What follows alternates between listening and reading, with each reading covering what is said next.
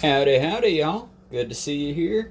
Bit of a busy day ahead, so we're just going to skip right to it. I was originally going to do Chapter 1, The Behavior, but then I realized that that chapter is pretty thick and very context heavy. So, for that, I would suggest we'll probably do that one soon, and I'll definitely post a link in it. But go check out Crash Course Anatomy and Crash Course Human Anatomy. Look up this specific chapter on brains before we do that one, because it's pretty, context heavy. And I can't pronounce all the words, I'll admit that. But we're moving on to the much more entertaining, I suppose, Chapter 6, Adolescence, or Dude, Where's My Frontal Cortex? And just for the record, to cover all the things, Behave, Robert Sapolsky, officially released by Penguin Audiobooks. Please report the official release. We will be paraphrasing so Penguin doesn't break one off in my ass, because America doesn't like us sharing free knowledge with each other. Even though I feel like Robert Sapolsky wouldn't care, Penguin makes their money off of it, and they have no talent outside of taking other people's talent, so they would care very much if I took their stuff. So, without further ado, Adolescence. This chapter is the first of two focusing on development. We've established our rhythm, a behavior has just occurred, but events in the prior seconds, minutes, hours, or so on help bring it about. The next chapter extends this into developmental domain. What happened during that individual's childhood and fetal life that contributed to the behavior. Basically, y'all, you are what you were raised as. Yeah, it is what old people call an excuse, but it's also not so much an excuse as factual. Now, the present chapter breaks this rhythm in focusing on adolescence. Does the biology introduced in the preceding chapters work differently in an adolescent than in an adult, producing different behaviors? Yes. One fact dominates this chapter. Chapter 5 did in the One fact dominates this chapter, period. Chapter 5 did in the dogma that adult brains are set in stone. And that we will cover Chapter 5 soon. Basically saying that old dogs can't learn new tricks. Y'all, I'm living, breathing proof that that's not true. I'm a white boy raised in the South who should be racist, cop-loving, and all-American. Instead, I'm a proud anti-capitalist, and I think that skin tone doesn't as much make up what we are as much as just a random amalgamation of our birth. And I do know that white people get a fuckload more privileges in this shithole country than anyone else. If you don't believe me, pay attention. Just pay attention. I have no other answer to that one other than just gestures at everything genuinely. But, another dogma was that brains are pretty much wired up early in childhood. After all, by age 2, brains are already about 85% of adult volume. But the developmental trajectory is much slower than that. And for the record, to break that one down and make it understandable a bit more in case you didn't pick up on that, basically by the time you're the age of 2, your brain weighs as much volume-wise and is as developed volume-wise as an adult brain. Well, not as developed, but it's all there. All the parts are there. They're just still wrinkling up and developing. Also, don't. Children's brains are not smooth. I'm just saying that all the parts are there. It still hasn't been fully turned on. Hasn't been fully, developed. And if you want proof of that, all you gotta do is ask a kid what would they rather have, a jar full of quarters or a jar full of dollars. They don't grasp value, they grasp quantity. But developmental trajectory is much slower than that. This chapter's key fact is that the final brain region to fully mature, in terms of synapse number, myelination, and metabolism, is the frontal cortex, not going fully online until the mid-20s. This has two screamingly important implications. First, no part of the adult brain is more shaped by adolescence than the frontal cortex. Second, nothing about adolescence can be understood outside of the context of delayed frontal cortical maturation. If by adolescence limbic, autonomic, and endocrine systems are going full blast while the frontal cortex is still working out the assembly instructions, we've just explained why adolescents are so frustrating. Asinine, impulsive, inspiring, destructive, self-destructive, selfless, selfish, impossible, and world-changing. Now, let's go into that for a quick second, because that's just the introduction, but basically, at adolescence, your brain is fully functioning. You know what is fair and is not fair, or at least you think you know it. You feel very secure in what you know, because your brain tells you that. But the frontal cortex also controls our emotional regulation as well as our ability to empathize. When I see someone hurting, am I gonna, ha ha ha, they're hurting and that's funny? Or am I gonna, oh dude, I might not be experiencing that, but I've experienced it in the past, or I have known people who've experienced that. Let me help you. Most adolescents don't have that, oh, let me help you mentality. Most, because their brains haven't fully developed yet, are, ha ha ha ha ha, isn't that funny, they're hurt. Some people never grow out of this. Look at your Republican neighbors. Look at Republicans in general. Just assholes.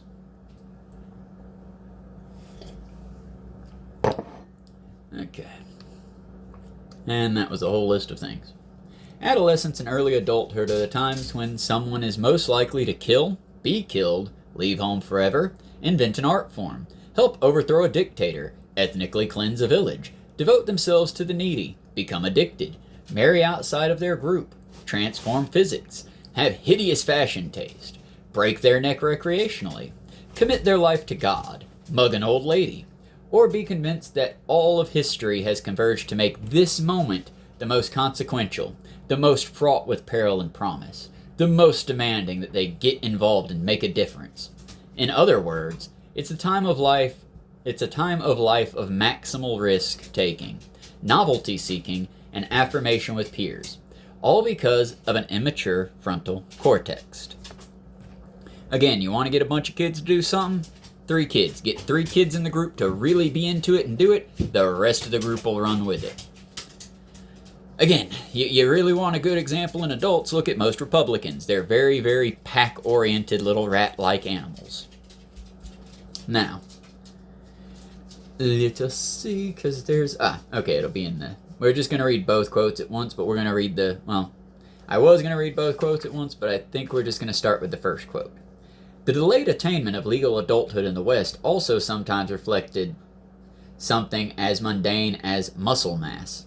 In 13th century England, the age of legal majority, or age of consent, age of adulthood, was raised from 15 to 21 years. Protective armor was getting heavier, and it wasn't until an older age that males were typically strong enough to comport themselves in armor on the battlefield. There is no mention as to whether the age of maturity of the horses carrying these heavier weights was raised as well, but sometimes technological advancements have made it possible for younger adolescents to join the ranks of adult occupations. It has been pointed out that the development of lightweight automatic weapons has been a boon for the usefulness of the estimated 300,000 child soldiers on Earth. There's another quote in there, but we'll get to it when we get to it. And also in technological advancements. You want to know why children in Kentucky and Tennessee are working the meat processing lines? Because they don't have to chop the bulls up. They can use the little chainsaws and the various tools that we have. I mean, let's ignore the fact that they aren't going to pay proper attention to their fingers or proper attention to their limbs. Oh, who cares if the poor lose a few limbs, as long as the rich make all the money, right? But the reality of adolescence. Is adolescence real? Is there something quantitatively different distinguishing it from before and after, rather than being part of a smooth progression from childhood to adulthood? Maybe. Adolescence is just a cultural construct in the West. As better nutrition and health resulted in earlier puberty onset, and the educational and economic forces of modernity pushed for childbearing at later ages, i.e., if you don't die at the age of 30, you don't feel the need to rush and have kids at 10 and 12. Again, that's going way back in the days, but it was a common practice because typically you'd be dead by 30, unless you were like in the higher up aristocracy, in which case you would die at around 60. But if you're going to die at 60, yeah, you're going to rush into having kids. You're going to rush into doing things because you're going to be dead soon. With the fact that we have better medicine, the fact that we have better housing, the fact that we have better education, people are less likely. Also, you just have good old religious nonsense and indoctrination that'll convince people that, well, if you have a little copy of yourself running around, it'll be easier. Ignoring the fact that diaper changes, taking care of kids, making sure they have food as well as you have food, making sure they're safe and mentally well taken care of, is an entire project all its own. But, we did that one. Okay. A developmental gap emerged between the two. 1 minute. Economic force and push for childbearing at later ages. A developmental gap emerged between the two. Voila! The invention of adolescence. And now we're going to get to that other tiny quote. Not to mention the idea that adults should aspire to still be adolescent. Oh, never mind. That's up here. Almost misquoted that. As we'll see, neurobiology suggests that adolescence is for real. That the adolescent brain is not merely a half-cooked adult brain, or a child's brain left unrefrigerated too long. Moreover, most traditional cultures do recognize adolescence as a distinct, i.e., it brings some but not all of the rights and responsibilities of adulthood. Nonetheless, what the West invented in its longest period is the longest period of adolescence. Children are children, longest in America when this book was written. Now, this book is fairly old now, so I would say possibly Japan and other places might have longer periods of adolescence now with the growing of, popularity and such. But at the time of this, America was the place with the longest adolescence in it because we were the place that could afford to have the longest running period of adolescence. Now, we're getting down to that other quote. Not to mention the idea that adults should aspire to still be adolescent in many ways. That's something that, a lot of places. If you go to Japan, if you go to China, if you go to Thailand, not that I've ever been able to go to any of these places because I'm just a poor American, but if you did, speaking to people from there, they'll talk about how wildly immature American adults are, how, quite frankly, childish we are in many things. But that's because in their society, as an adult, you wouldn't just go and get obsessed with a child's toy brand. You wouldn't just go all hog ham on My Little Pony or something meant for small children because it striked a nostalgia boner for you. You would act like an adult. You have more adult wants and needs. I care more about my farming tools. I care more about my automotive parts. I care more about my house repair tools, or whatever career you have. I care more about the things tying into that than I do He-Man. That one was outdated as hell, but they're coming out with a movie now, so, in America, nothing ever dies. We just rewash it and throw it back out on the shelves. Now, to retain or regain adolescence, tastes for novelty and sociality, adolescent levels of hair on the head, and the cellulite in the thighs, and adolescent refractory periods. Hunter-gatherers aren't interested in looking 10 years younger. They want to look like elders so they can boss everyone around. That goes more into what he wrote in the other book, which I will cover eventually. I just want to make sure to not be shit-talking the Maasai people and whatnot before I read those chapters from where he spent time in Africa amongst them. But simply put, in Maasai culture from the book, A Primate's Memoir, basically, you are, as a young adult and as a child, you're expected to serve the elders. And as an elder, you're expected to get drunk, enjoy yourself, boss people around, and enjoy what life has given you since you've lived this long. Whereas in America, we sort of fucked the whole system up. I mean, you've got adult man-children running around fighting actual children for Pokemon cards and manga, like One Piece. Logan Paul, you're a piece of shit. And yes, my skinny ass would be willing to fight you, you fucking hack-ass fighter. Not that he ever would. I doubt he'll ever notice any of this shit. He's too busy renting out collectibles to idiots who are willing to rent out collectibles. Yeah, I got a lot of venom for the rich, y'all. Sorry if you're rich. Not sorry. You're rich enough to not fucking care. Fuck off. But yeah, that was the end of that one. Basically, it is the focus in hunter-gatherer or more on the fringe societies where it's more nature-based and more we are just parts of nature. Your goal is to get old. Your goal is to look older. Because that's when you're finally going to get to relax. That's when the good times finally start to roll. Whereas in America, there are no good times. It's just all shit. I used to believe maybe childhood, but I mean, look at the modern day. You've got grown adults, again, fighting children at little playing card machines that are meant to give kids Pokemon cards at high dollar. And then some jackass will come in and buy half a dozen of them so he can sell them online for a markup. My take there is simple. If you're an adult, I'm not saying don't enjoy things. Hell, I play video games. I play Assassin's Creed. I would play Magic the Gathering if it wasn't so full of people that don't know how to bathe and that have way too much of an attraction to little kids. I would. But again, it's a kid's game. Let the kids have fun with their game. I'm not saying don't collect, don't enjoy. I'm saying if you come up to a machine and there's a pack of cards left and you're there, me, or a 10-year-old is there eyeing that card pack because, but that's my favorite Pokemon. Let the fucking kid have the cards, you jackass. It's a kid.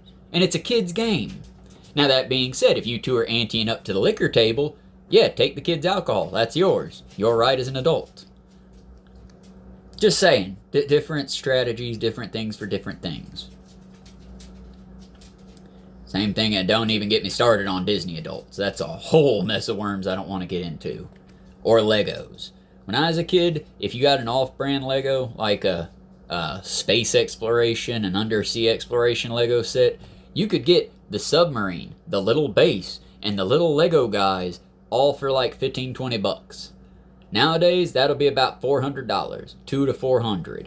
If you want just the itty-bitty collectibles and they'll come in a random package because we've turned gambling into a whole-ass way here, then yeah, that'll be $5-10.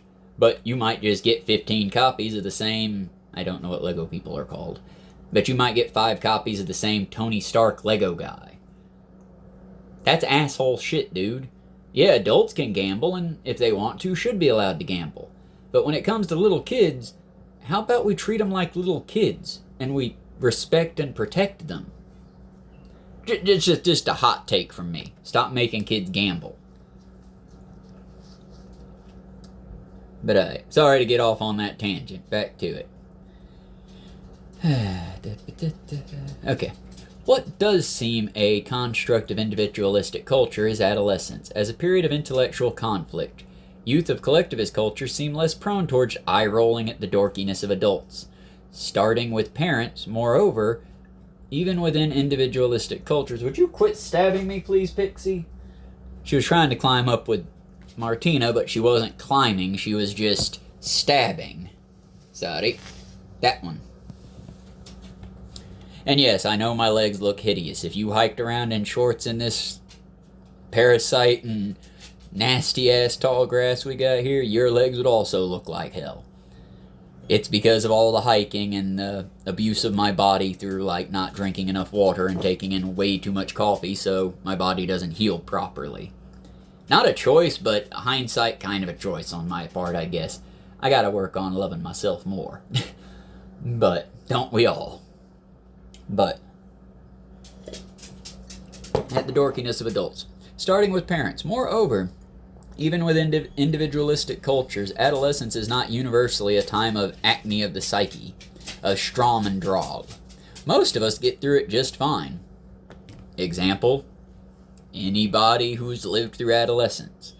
Yes, it is most likely the time in which you're going to commit crimes. It's also why we should not just funnel kids into juvie and then into fucking prison. We should be educating them. If a kid commits a horrible act, we separate them, we educate them on why that was a horrible act, and we monitor their frontal development. Basically, if they're at the stage of, oh my god, I feel horrible for what I did, believe them. Give them a chance. And stop listening to Dick Wolf. That dickbag doesn't know shit about people. I'm sorry, I got a real problem with Law and Order and all the stupid shit that show has put out there, because it would make you think the detectives are all just godly people looking to help, when they're just like you and me. They're lazy fuckers trying to get through their day as quickly as they can, as easily as they can, to make the ideal amount of money they can make and get the fuck on home, ideally without getting hurt. I can respect it if they can quit pretending. That's my thing. If you want me to respect you as a person, come at me like a person. Quit coming at me like you're Batman protecting people in the night. Because you're not. And also, Batman could have easily fixed all of Gotham's problems by putting his money into civil architecture, better things at Arkham. Watch Harley Quinn. The Joker gets that shit right. Also, don't get me started on that one. Harley Quinn's Joker is the only Joker that I respect. The rest of you fucking edgelords can go fuck yourself. But, sorry. Again, this is going to be very tangent-lenny. If you want it not, then I suggest you purchase the audiobook by Simon & Schuster or Penguin Publishing. And you might, I don't know if it was Robert Sapolsky read it. I think he read his newest edition that came out, but I don't think he read Behave to the thing. Either way, please support the official release. Okay. The nuts and bolts of frontal cortical maturation. I almost said masturbate your frontal cortex, y'all. The delayed maturation of the frontal cortex suggests an obvious scenario. Namely, that early in adolescence the frontal cortex has fewer neurons, dendritic branches, and synapses than in adulthood, and that levels increase into the mid-20s instead of levels decreasing. Now, I don't feel like you need me to explain that one further, but again, check out Crash Course. I believe it was Hank Green that covered it, but Crash Course Anatomy, brains. I will try to post a link, but I can't make any promises. I'm just giving proper credit. Crash Course Anatomy do you a lot of good. Because again, what they're coming over with this one is fewer neurons, which are what feed the system. Dendritic branches, which is basically what makes you think of some... Okay, for example, if I see someone smoking a cigarette that they picked up off the floor, and it's just a little squip of a cigarette left that they found that someone... If I see that, my first thought is, oh shit, I remember being addicted to nicotine. That's fucking sad for you, bro. Let me help you. If I can't help you to break the habit, let me at least get you a cigarette that someone else hasn't smoked first. It's because, in my brain, the frontal cortex is connecting with the dendritic branches to connect a past memory of mine to my present, what I'm observing. And synapses is just that. It's the electricity that's firing through the brain. If you cut off somebody's synapses, they fall like a... If you cut off somebody's any of these things, they drop like a computer that's been hard shut down. 1 second. What are you doing over there, Shifu? Quit trying to dig the floor, silly boy. Sorry, I flipped the pages when I turned all dramatic. But... And yes, as it pointed out in the end, the levels are increasing instead of decreasing, which also does show that even though our brains start to decay around the age of 70 to 90, if you're lucky enough to live that long, up until that point, it's just building on building on building. Now again, this is with the caveat if you have abused methamphetamines, if you have abused alcohol. There's another one, I just don't remember what it is. But if you've abused these things, it can hurt or restrain your ability to make those connections. Mostly because, like any addiction, instead of, oh my, that's sad that that individual is going, why can't I have mine? Where's mine? I want mine! Addiction does not let you think logically. Addiction lets you think, get it now, I want it now, put it in me now. And that's why we need to be sympathetic to people who are addicted to things, not spank them daddy until they act better. No one has ever improved by getting their asses beat. I'm sorry. It's never happened. You'll make people more violent, you'll make people worse off, but you will not make a more kind, thinking individual by beating their ass. Now, sometimes you need to beat someone's ass, but violence should always be the last tool we reach for, not the first one. If I could give a quick synapse to any fucking cop out there, much like, you need to reach for your gun last. That weapon should not be the first thing you grab for. Technically, I don't even think your taser should be the first thing you grab for. I think the first thing you should do is try to speak. Use your words, not as an authoritarian screaming at them, but as a comrade, as a friend, as a, hey bud, human to human, let's talk here for a minute. But again, the sheep yelling at the sheepdogs, you know? And for the record, I hate that analogy, but it does fit, because also, the sheepdog does protect the sheep for the farmer, so the sheep can be slaughtered. Ronan, can I help you, son? Let me get my little star out the way. But yeah, it is a good analogy, because the sheepdog does protect the sheep, so that the shepherd can slaughter them and make food out of them. The sheepdog is not a friend of the sheep. The sheepdog just protects the sheep. Cops are not your friends. They just do their job, protecting the capital owners. Back to it. Now. Levels decrease. This occurs because of a truly clever thing evolved by mammalian brains. Remarkably, the fetal brain generates far more neurons than are found in the adult. Why? During the late fetal development, there is a dramatic compensation in much of the brain. There is a dramatic competition in much of the brain, with winning neurons being the ones that migrate to the correct location and maximize synaptic connections to other neurons, and neurons that don't make the grade, well, they undergo programmed cell death. Genes are activated that cause them to shrivel and die. Their materials are then recycled. Neuronal overproduction, followed by competitive pruning, which has been termed neural Darwinism, allowing the evolution of more optimized neural circuitry, circuitry.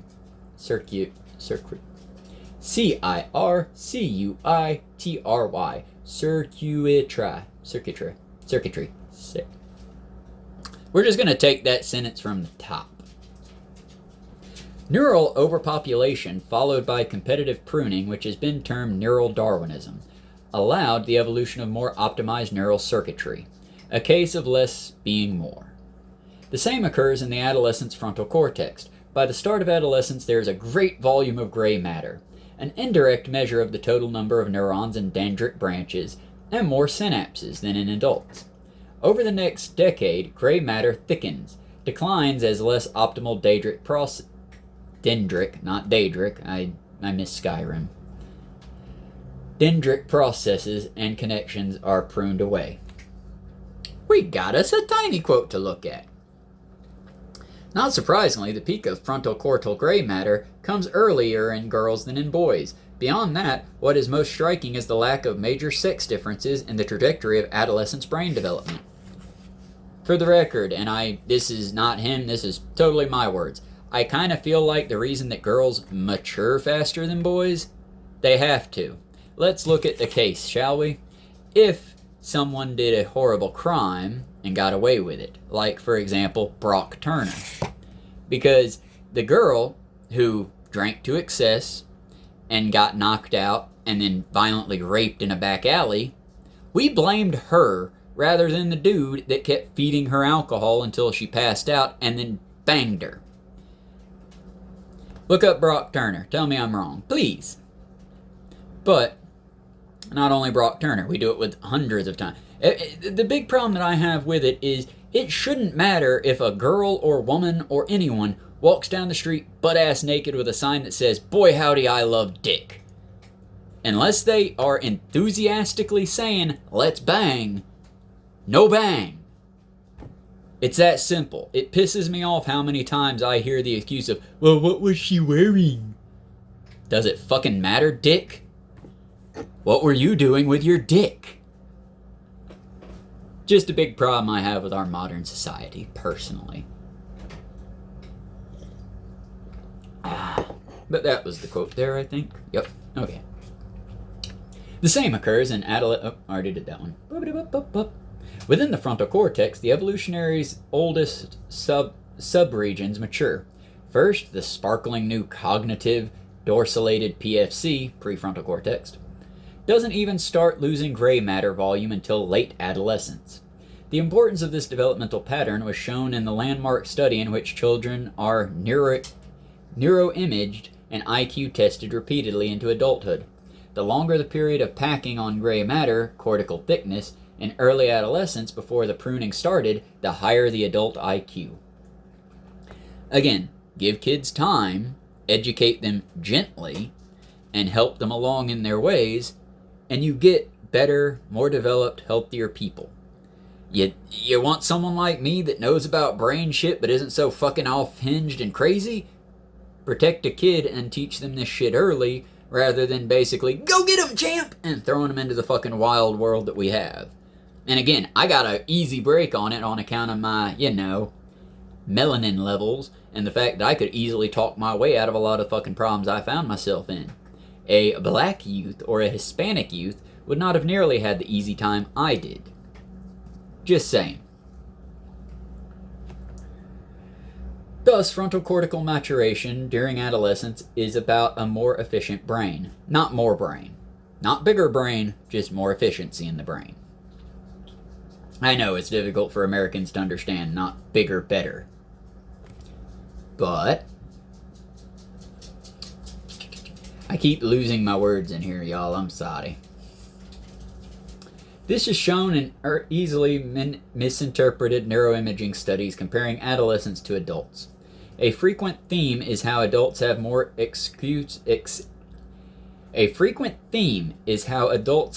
executive control over behavior during some tasks than do adolescents, and show more frontal cortical activation at that time. Now find a task where atypically adolescents manage a level of executive control equal to that of adults. In those situations, adolescents show more frontal activation than adults. Equivalent regulation tasks, less effort, and well-pruned adult frontal cortex. That the adolescent's frontal cortex is not yet lean and mean is demonstrable in additional ways. For example, adolescents are not at adult levels of competence at detecting irony, and when trying to do so, activate the DMPFC more than do adults. DMPFC will be covered in the anatomy section, and we will cover that later. But it's basically it's another part of your prefrontal cortex. Sorry, y'all, I'm not the best at this yet. I would have gotten a good education, but I'm American, and I didn't have hundreds of thousands of dollars to throw into it. I was busy making food for folks and cleaning houses for folks. But I try real hard. In other words, detecting irony isn't much of a frontal task for an adult. One look at a face is enough. What about white matter in the frontal cortex? That indirect measure. One minute. That's that indirect measure of myelination of axons. Okay, the other one, and because I know I have some young members of my audience, as much as I fight to not, it's why I do kind of specify, hey, this is a joke, hey, don't actually do this. It's not because I think that they can't pick up on it, it's because sometimes, they can't pick up on the joke. They can't pick up on the irony of my jokes. Because they don't have that development yet. It's not their fault, they just haven't been exposed to as much shit as we have as adults. But yes, kids, that's why I tell you, violence is never the first answer you should reach for. But it is an option if you must. Here things differ from the overproduced, then prune approach to gray matter. Instead, axons are melanated throughout adolescence. As discussed in Appendix 1, this allows neurons to communicate in more rapid cortical manner. As adolescents progress actively in different parts of the frontal cortex becomes more correlated as the region operates as more of a functional unit. Okay, to break that one down. Basically, our brains are not streamlined until we become adults. In youth, they're basically big old pools of shake-it-up-and-go chemicals. Yes, kids can show great amounts of restraint, self-control, quiet time, getting reward systems, things like that. But you have to have a thing to focus them. Whereas adults, most of the time, can focus on things without the need for an immediate cookie or reward afterwards. We can just focus because we need to focus. That is the heavy jargon to what he's going into here. And the reason that happens is because, as an adolescent, you have, pulling out of my ass here, but as an adolescent, you have 40 billion neurons just firing like fireworks off in that dome of yours. As a teenager, those neurons start to go quiet and start to go more streamlined. As an adult, they are streamlined. But that doesn't mean that you can't fix it. And it also doesn't mean they can't get fucked up. See CPD and other horrifying brain disorders that can happen through physical beating of a brain. This is important. When learning neuroscience, it is easy to focus on the individual brain regions as functionally distinct. And this tendency worsens if you then spend a career studying just one of them. As a measure of this, there are two high-quality biomedical journals out there, one called Cortex and the other Hippocampus. each publishing papers about its favorite brain region. At neuroscience meetings attended by the tens of thousands, there'll be social functions for all the people studying the same obscure brain region. A place where they can gossip and bound and court. But in reality, the brain is about circuits, about the patterns and functional connectivity among regions. Shifu, can I help you? He wants attention. Give me a second.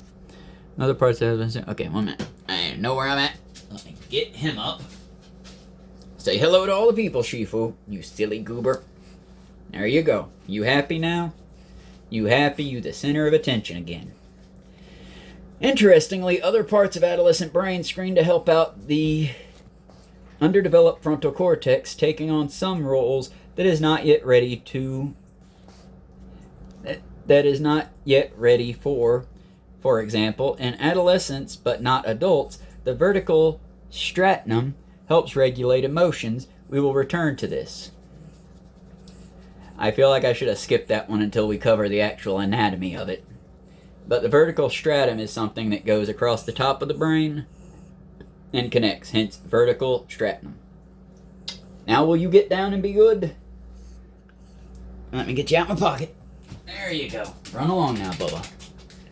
No one's getting extra attention, son. I'm just trying to get this done so I can get outside and get the yard work done, too. I'm on a break in between getting the housework done and yard work done. After this gets done, I gotta make some dirt for the garden bed where the potatoes are starting to come in, get some rows made up for the plants I got yesterday, and get those seeds somewhere. I just haven't decided quite yet where I'm going to plant all the flowers yet. I was thinking all the way around the trailer, but, work in other places. Now, you good, buddy? Something else keeps that tyrofrontal cortex off kilter, namely estrogen and progesterone in females and testosterone in males. As discussed in Chapter 4, these hormones alter brain structure and function, including in the frontal cortex, where gonadal hormones change rates of myelination and levels of receptors for various neurotransmitters. Logically, landmarks of adolescence maturation in brain and behavior are less related to chronological age than to time since puberty onset. Meaning, once again, sometimes you'll have a kid that's extremely mature for their age at, say, 13, and you'll have a kid that's emotionally stunted, acting like a 10-year-old, even when they're up into their 17 and 18 years of mark. Typically, I find that tends to go with how rich and well-off the parents of the child are, because, again, in our society, especially in our society, in America, if you're an immature teenager, there's a good chance if you're of a certain melanin level, you'll be arrested and funneled into juvie and or jail and or prison. Whereas, if you're another type of melanin level, you can get away with some crazy stupid shit. I didn't make the system. I fight against it every day in every way I can. But this is just the system we find ourselves living in. Now, it's that time of the month in adolescent females. Puberty does not arrive full flower, so to speak, with one's first period. Instead, for the first few years, only about half cycles, I have no idea on this one, but sounds right. Few years, only about half of cycles actually involve ovulation and surges of estrogen and progesterone.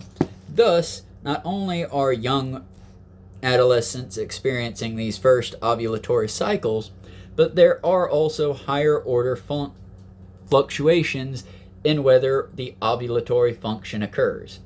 Meanwhile, adolescent males don't have equivalent hormonal gyrations.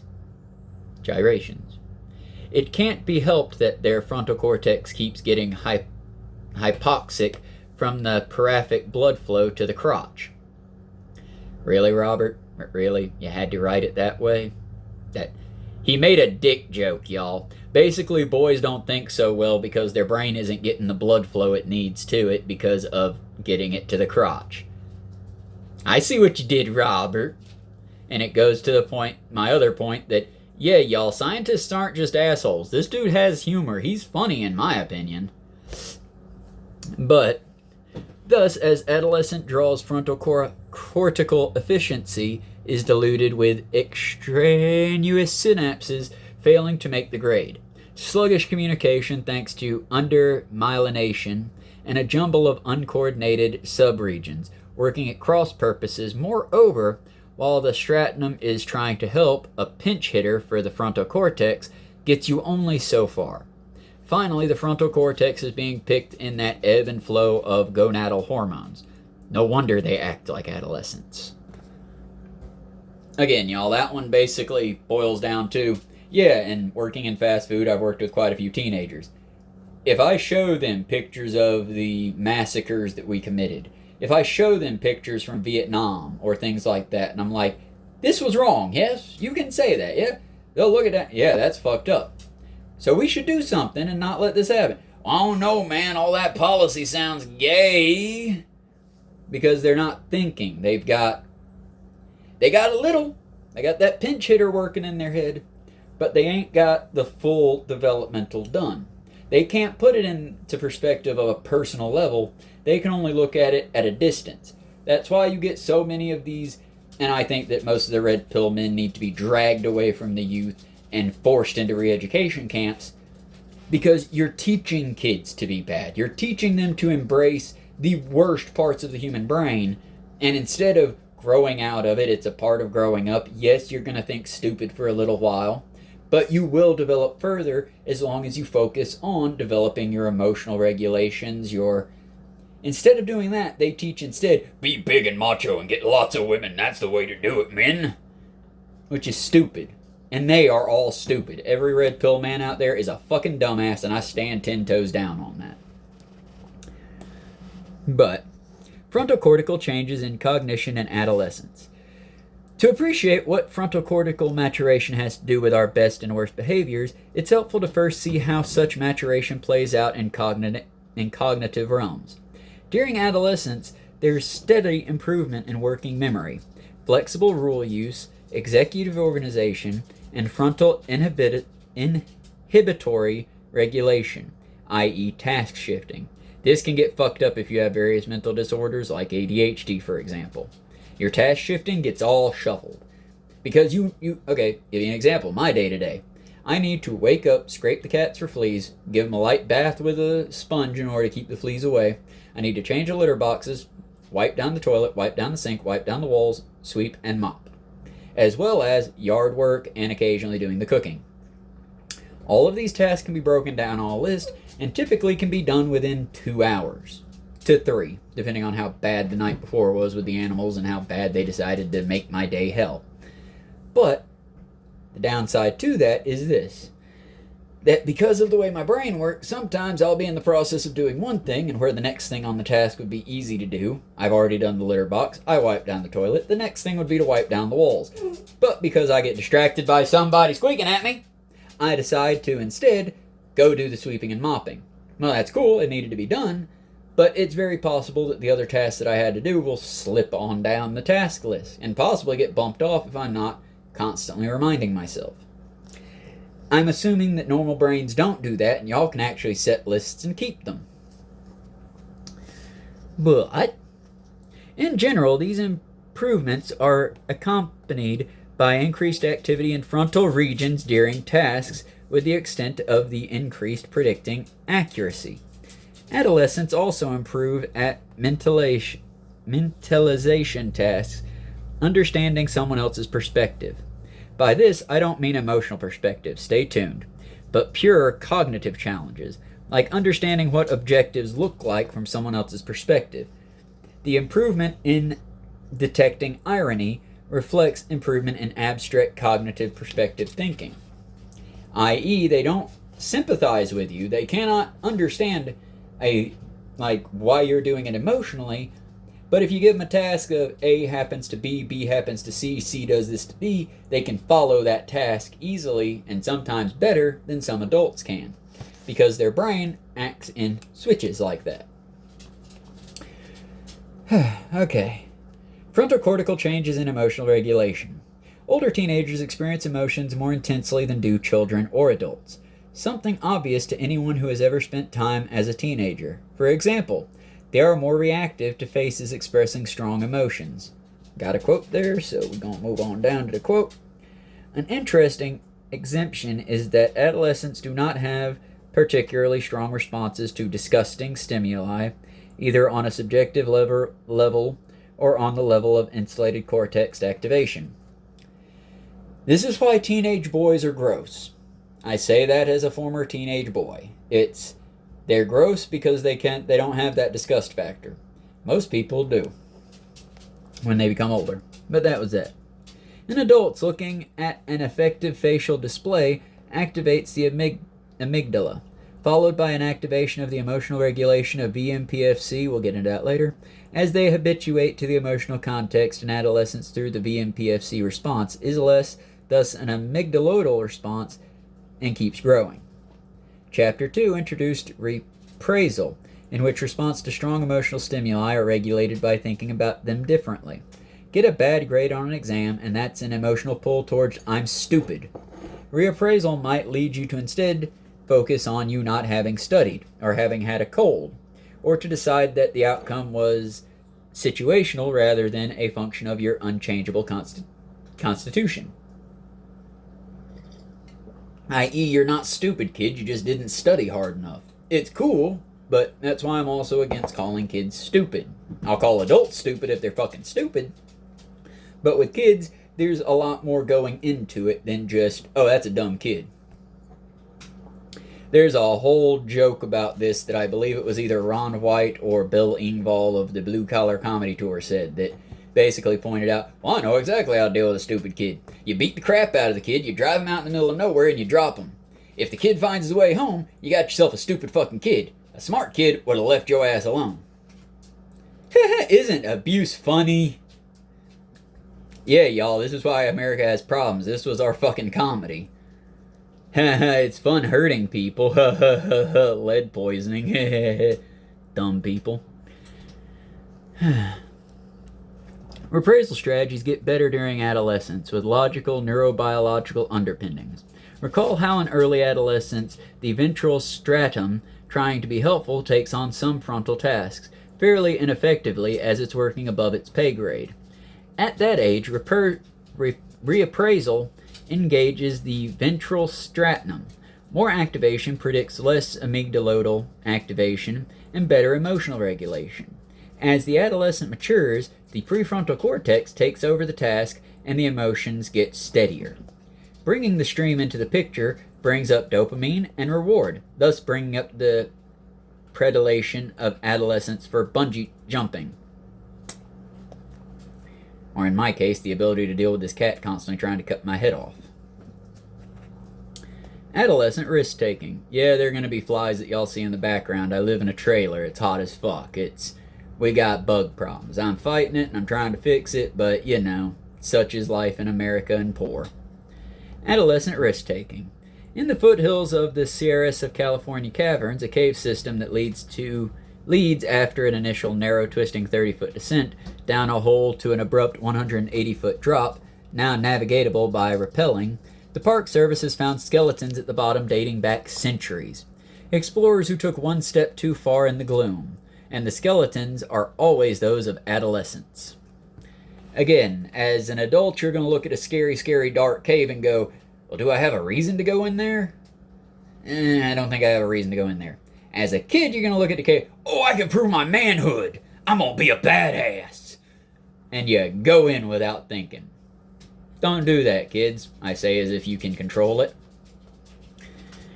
As shown experimentally during risky decision-making, adolescents activate the prefrontal cortex less than do adults, and the less activity, the poorer the risk assessment. This poor assessment takes particular form as shown by Sarah Jane Blakemore of University College London. Have subjects estimate the likelihood of some event occurring, winning the lottery, dying in a plane crash, then tell them the actual likelihood. Such feedback can constitute good news, i.e. something good is actually more likely than the person estimated, or something bad is less likely. Conversely, the feedback can constitute bad news. Ask subjects to estimate the likelihood of the same events again. Adults incorporate the feedback into new estimates. Adolescents update their estimates as adults do for good news. I.e., and this is why, and I cannot state this enough, this is why we should hurt and stop these gambling promoters at all costs. I say break their legs, but I can't say that, so it's a joke. But again, when it comes to gambling, you and I can look at it as adults and go, yeah, a coin flip is 50-50 odds every single time. But as a kid, you don't think about the losses. Don't tell me about the odds. All you think is the good. And so if you tell them, hey, you could get rich from this, they're gonna believe you. If you tell them it over and over again and ignore how many times these people lose, they're gonna believe it. Hence why so many of these predatory jackasses can have other people gambling for them, i.e. sitting on online casinos making bank off of the kids that pay them money, and then they just collect the prize and move on. The kid feels the emotional connection like they won, but really they just gave money to a grifter that should have... Can't say that on YouTube. Either way, the point being, kids should be protected from gambling the way we supposedly protect adults from opioid addiction, i.e. we should do it better. But again, this country's more about profit making, not really protecting. Yeah, I'm sorry, there's going to be a lot of rants and tirades on my part, because the more you learn about this and the more you learn about how our brains work, the more you see how unfair and fucked up the system is. And the more you look into it, the more you see how it could be corrected. I mean, for example, y'all, we live in a post-scarcity world. We do. Honestly, our main issue is delivery. How to get the items from where we make them at to where they're going to. And we could do that if we focused on it. But instead, we're going to constantly focus on how to constantly make more and more and more and more and more and more profits. It's why Marvel has released 1,000,000,005 properties, but if I took and blacked out the superhero, you probably couldn't tell me what movie you're watching in a short clip. Because they have 1,000,000,000 movies now. And it's always the same fucking wash, repeat, goddamn storyline, too. Because people don't care. Woo, big explosion. Woo, hero guy. Woo, yay. They don't care. They don't look any deeper than that. So we can just keep rehashing the same garbage shit, and no one's going to care. And the ones that do care, well, they just aren't going to participate anymore. They're going to walk away from it. And you've got an entire group that's going to keep coming into it because, but my member berries. But I member that. But I member that. It's why I'm equally sad and happy that Star Trek finally died. I'm sad because I would have loved to have seen a series focused on Worf, the Klingon character. But I'm kind of happy because now I can finish watching it all, and maybe the next sci-fi utopia series will be good. Maybe it won't just be a rehashing of how awesome the Federation is, even though we never talk about how communism is how the fuck we got there. Sorry, little peeved about how our system runs. I'm just saying, Elon Musk isn't going to save us, and neither are any of the other billionaires. Bezos and Bill Gates both raped little kids on Jeffrey Island. And yet the only person in jail for Jeffrey Epstein's list is the chick, Elaine Maxwell, who's basically in a club fed getting puppy time and gourmet cooking, the likes of which you and I won't see. Tell me again, kids, how justice is in this country.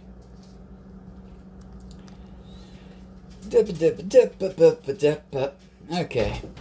So adolescents take more risks and stink at risk assessment. But it's not just that teenagers are more willing to take risks. After all, adolescents and adults don't equally desire to do something risky. And the adults simply don't do it because of their frontal cortical maturity. There is an age of difference in the sensations sought. Adolescents are tempted to bungee jump. Adults are tempted to cheat on their low-salt diet. Adolescence is characterized not only by more risking, but by more novelty-seeking as well, with the peak of sensation-seeking coming from going earlier in females than in males. Novelty craving permeates adolescence. It is when we usually develop our stable tastes in music, food, and fashion, with openness to novelty declining thereafter. And it's not just in human phenomenon. Across the rodent lifespan, it's adolescents who are most willing to eat new food.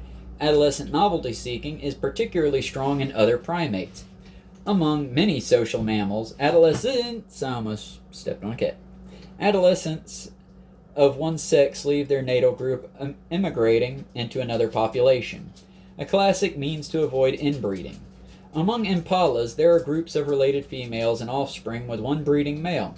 The other males knock around disconsolingly in bachelor herds, each scheming to usurp the breeding male.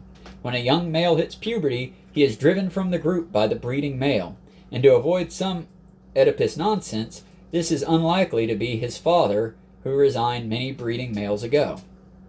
But not among primates. Take baboons. Suppose two troops encounter each other at the same natural boundary, say a stream. The males threaten each other for a while, eventually getting bored, and resume whatever they were doing. Except there's an adolescent standing at the stream's edge, riveted. New baboons, a whole bunch of them. He runs 5 steps towards them, runs back 4, nervousness, agitated.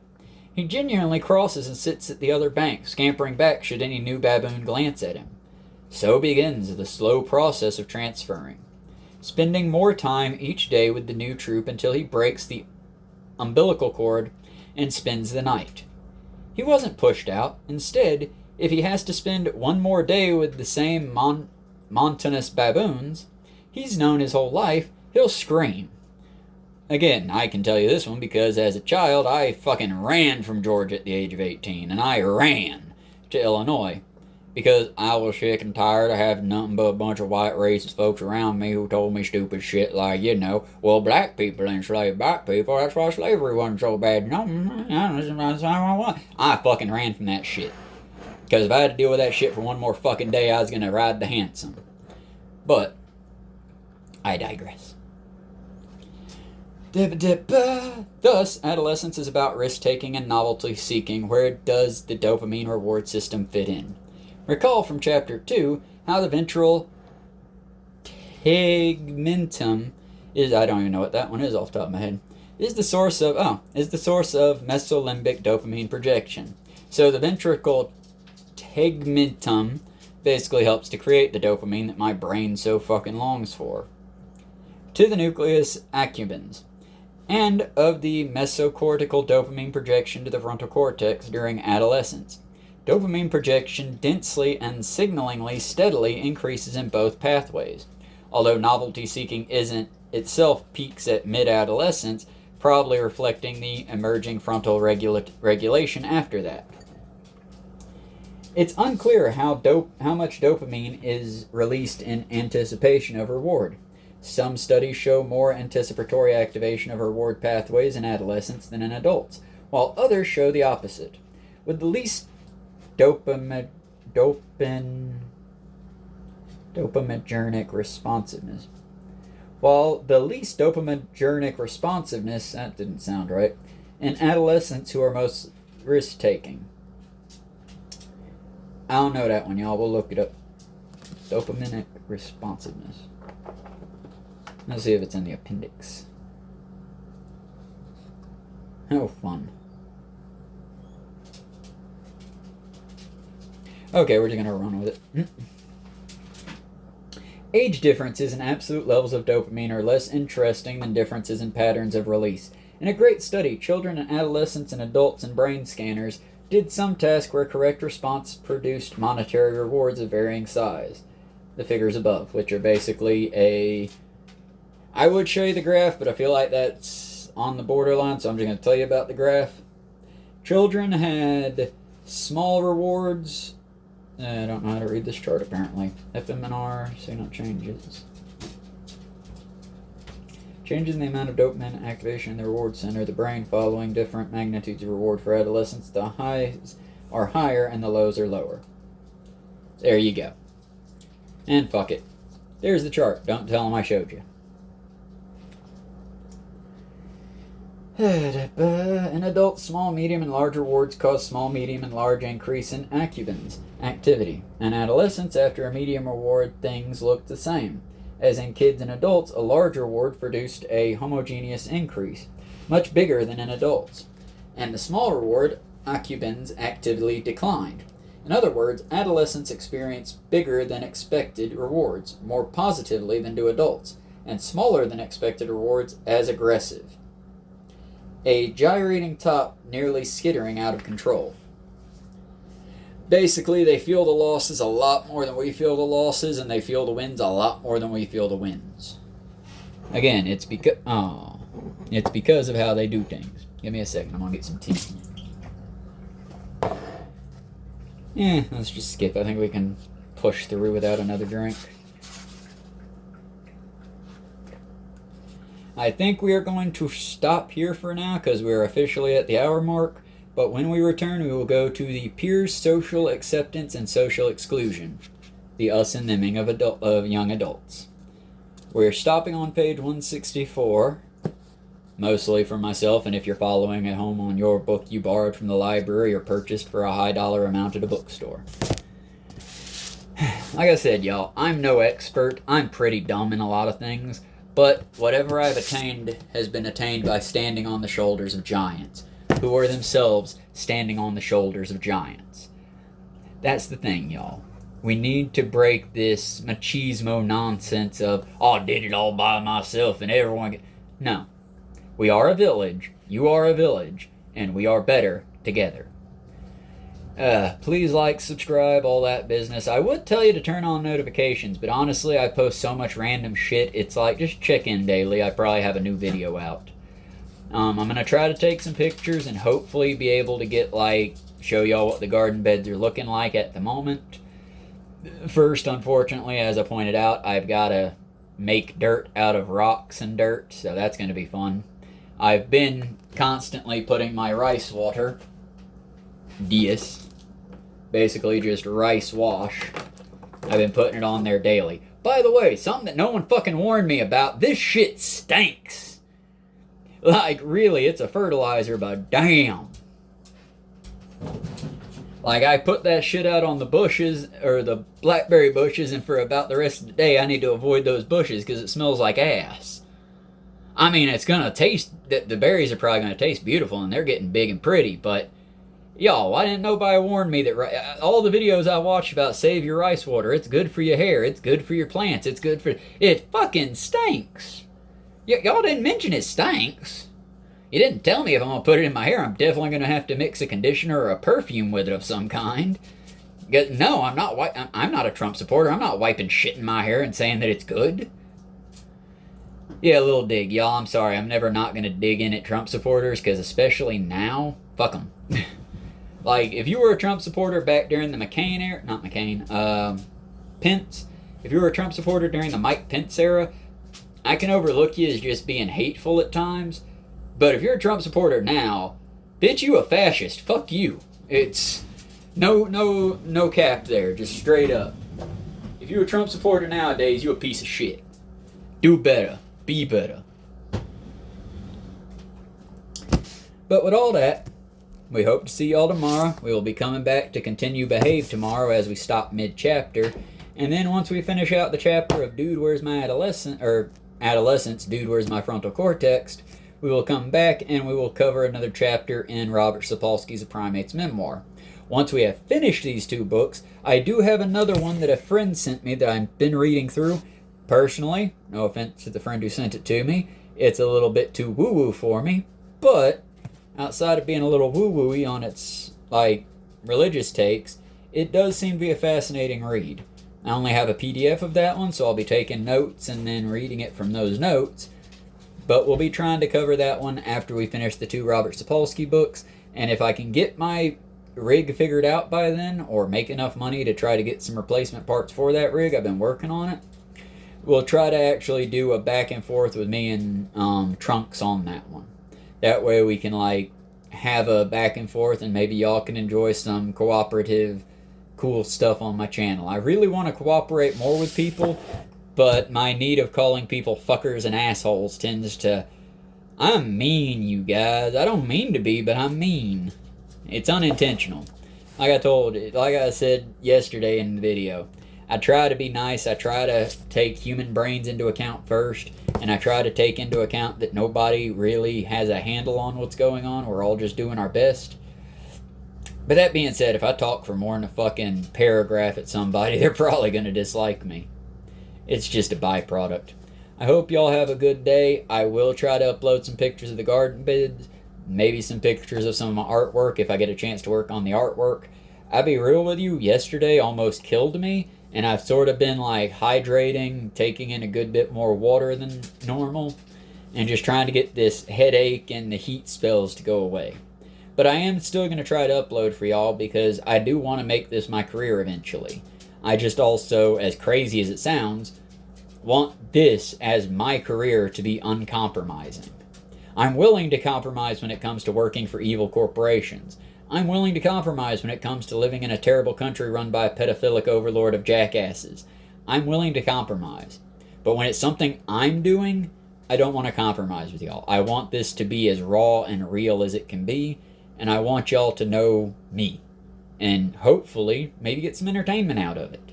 If not, hey, I'm doing my best here, yeah?